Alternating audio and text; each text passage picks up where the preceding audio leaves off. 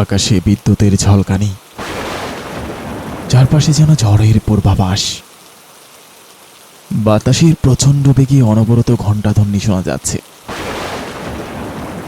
রমেশ প্রাণপণে দৌড়চ্ছে এলো পাথারি। কান বন্ধ করেও যেন এই শব্দের তীব্রতা কমানো যাচ্ছে না। দৌড়তে দৌড়তে ধাক্কা লেগে যায় এক অদৃশ্য অবয়বের সাথে। কালো চাদরে মরা লোকটির চোখগুলো যেন অগ্নিপিণ্ডের মতো জ্বলজ্বল করছে।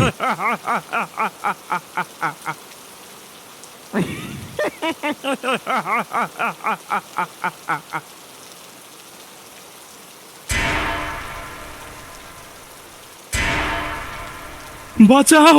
কে কোথায় আছো? আমাকে বাঁচাও! রমেশ বিছানায় শুয়ে চিৎকার করছে। বাঁচাও! কে কোথায় আছো? আমাকে বাঁচাও! বাঁচাও! কে কোথায় আছো? আমাকে বাঁচাও! বাঁচাও! কে কোথায় আছো? আমাকে বাঁচাও! এই দাদা, দাদা, কি হয়েছে তোর? কি রে? হকচকিয়ে রমেশ বিছানা থেকে লাফিয়ে উঠে বসে। আশেপাশে তাকিয়ে গায়ে হাত বুলাই।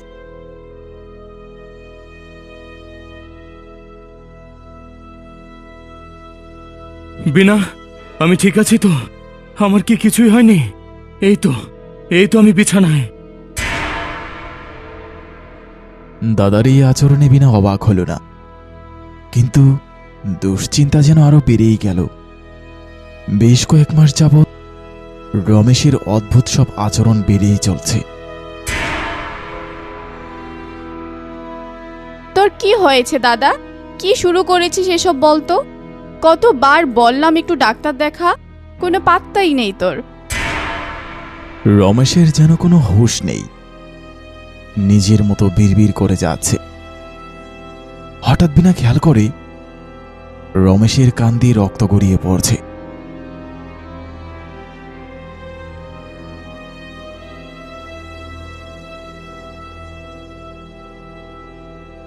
দাদা, কি হয়েছে তোর? তোর তো কান দিয়ে রক্ত গড়িয়ে পড়ছে। ওই যে দেখ, ওই যে কালো ছায়া সারাদিন কানের কাছে ঘন্টা বাজিয়েই যায়। কত বলি একটু থামাও, থামাও, তখন আরো জোরে জোরে বাজায়।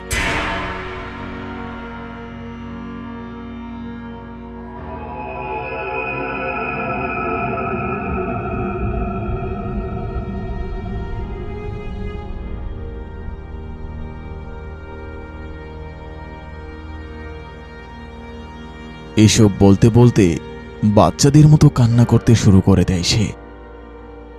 রমেশের অবস্থা দিন দিন আরো খারাপ হয়ে যাচ্ছে। কি যে করবে সে কিছুই বুঝে উঠতে পারছে না। বাবা মা নেই, তাই তার দাদাই একমাত্র ভরসা। দাদা তুই ঘুমিয়ে পড়, কোথাও কিছু নেই। বিনা রমেশকে শুইয়ে দিয়ে রুম থেকে বেরিয়ে যায়। সে বের হয়ে যাওয়ার সাথে সাথে জানালা দিয়ে ধোঁয়ার কুণ্ডলী ঘরের ভেতর প্রবেশ করে। পুরো ঘর ধোঁয়াটে হয়ে যায়। পুরো ঘর জুড়ে টং টং টং শব্দ। রমেশ শব্দে অতিষ্ঠ হয়ে যায়।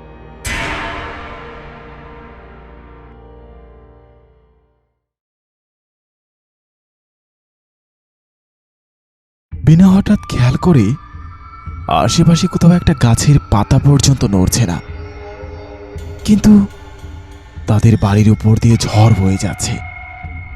আমাকে মেরো না, আমাকে মেরো না, আমার ভুল হয়ে গেছে, আমাকে ক্ষমা করে দাও। কি ব্যাপার? অদ্ভুত কাণ্ড, আশেপাশে কোথাও ঝড় নেই, শুধু আমাদের বাড়িতে বাতাস বইছে কেন? আমাকে মেরো না, আমাকে মেরো না, আমার ভুল হয়ে গেছে, আমাকে ক্ষমা করে দাও।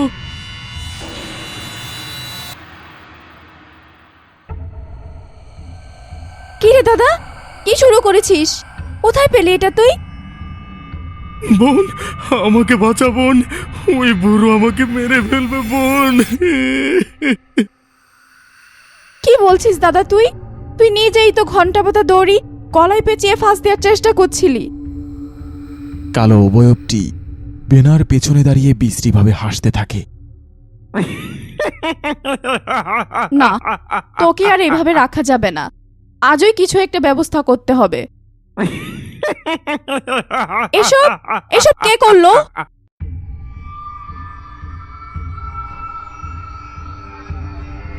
না, বিষয়টা স্বাভাবিক মনে হচ্ছে না।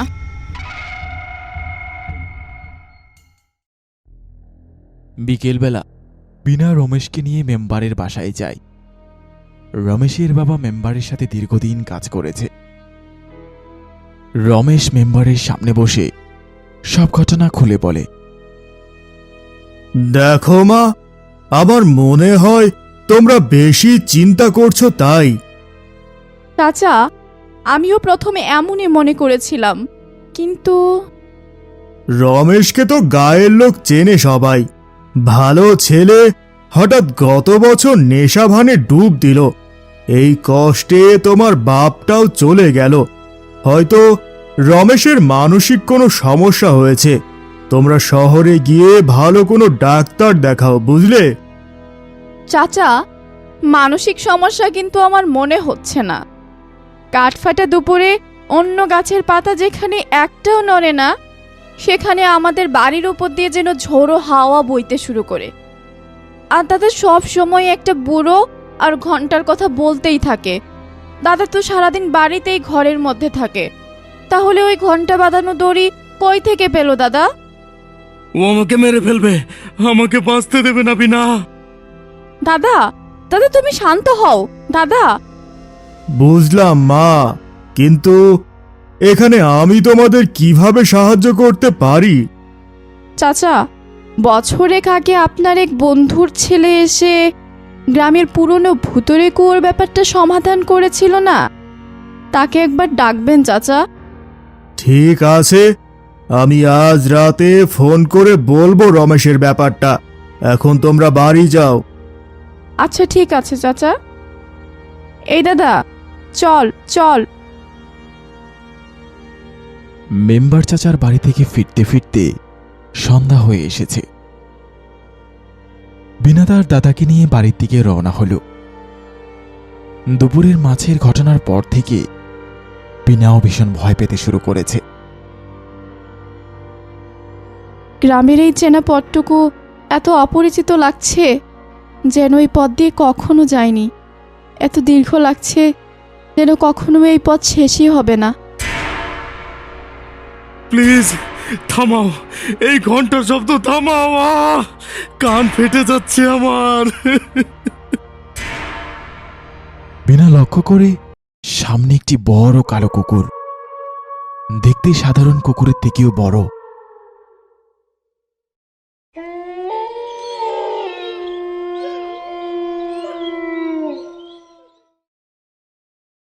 মেম্বারের কল পাওয়ার পরপরই আবিদ ভোরের ট্রেনে রসুলপুরের উদ্দেশ্যে রওনা হয়ে যায়।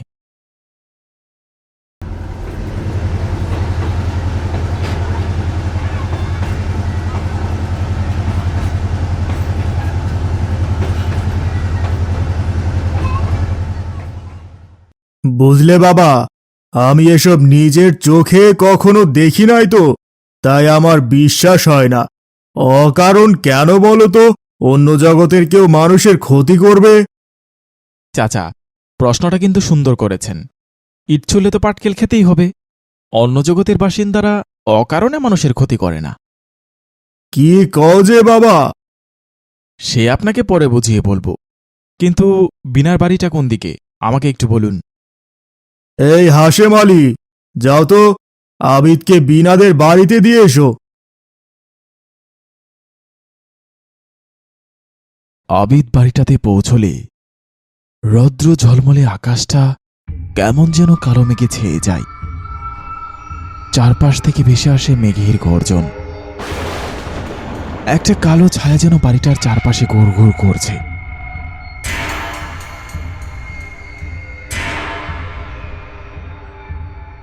এই কেমন হাড় হিম করা পরিবেশ হয়ে গেল হঠাৎ। বাবা, আমার তো ভালো ঠেকছে না। কিছু হবে না চাচা, আপনি বিনাকে ডাকুন। বিনা, এই বিনা, দেখ মা, মেম্বার সাহেবের বাড়ি থেকে তোর সাথে দেখা করতে এসে। কই রে মা? হাশেম আলী অনেকক্ষণ বিনাকে ডাকার পরেও ভেতর থেকে কোনো সাড়া শব্দ আসলো না। চাচা, মনে হচ্ছে ভেতরে কোনো একটা বিপদ হয়েছে, চলুন চলুন ভিতরে যাই। তারা ঘরের মধ্যে প্রবেশ করতেই টিনের চালে ধূপধাপ আওয়াজ শুরু হলো। ঘরের ভেতরে ঢুকেই আবির দেখতে পেল বিনা আহত অবস্থায় মাটিতে পড়ে আছে। ঘরের মেঝেতেই গর্ত খোঁড়া। রমেশ অচেতন অবস্থায় সেই গর্তে পড়ে আছে। হায় আল্লাহ, আমি আমার নিজের চোখকেও বিশ্বাস করতে পারতেছি না।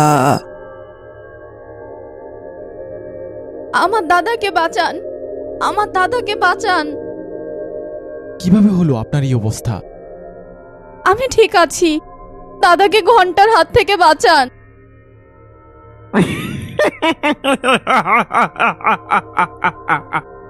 কেউ বাঁচতে পারবি না, কেউ না।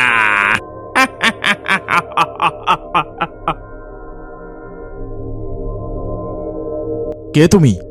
কেন এই ছেলেটার সাথে এমন করছো? বলো কেন? তুমি আমাকে আটকানোর যতই চেষ্টা করো, আমি রমেশকে ঠিকই বাঁচাবো। হ্যাঁ, তুই কখনোই বাঁচাতে পারবি না। ও আমাকে ঠিক যেভাবে খুন করেছে, আমিও ওকে ঠিক সেভাবেই মেরে ফেলবো। রমেশ তোমাকে খুন করেছে মানে? হ্যাঁ, আমার তো কোনো দোষ ছিল না। কিভাবে মেরেছে তোমাকে?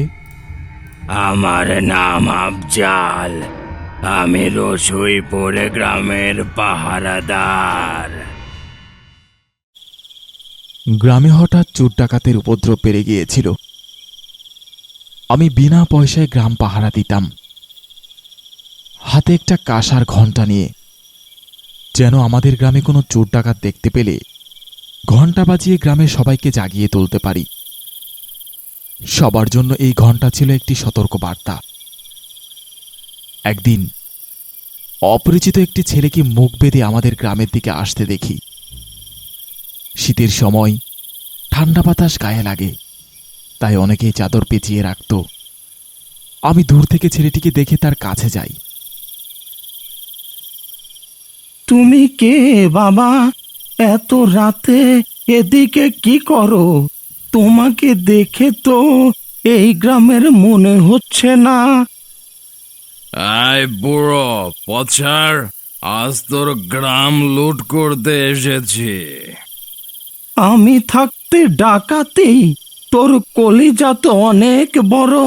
একটি ঘন্টা বাজাচ্ছি আমি, এটা বাজালেই পুরো গ্রামের মানুষ বুঝবে গ্রামে ডাকাত পড়েছে। সবাই ছুটে আসবে, দেখবি। বেশি কথা বলবি তো বুড়ো, তোর গলায় চালিয়ে দেব।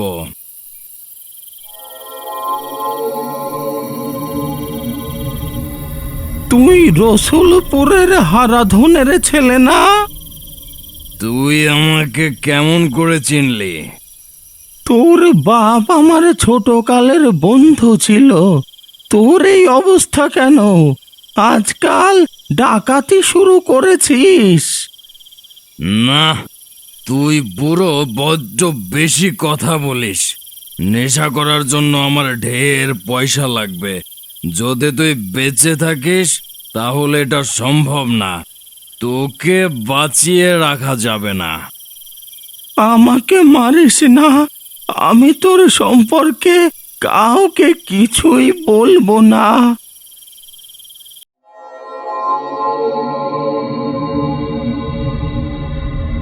তুমি আমার কথা শুনো, থামাও এই শব্দ। কি বলবি তুই?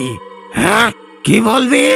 খুব বড় ভূত বিশেষজ্ঞ হয়ে গেছিস, তাই না রে? তোমার সাথে যা হয়েছে অন্যায় হয়েছে, কিন্তু কিন্তু তুমি তো কখনো অন্যায় করনি, তাহলে মৃত্যুর পর কেন অন্যায় করবে?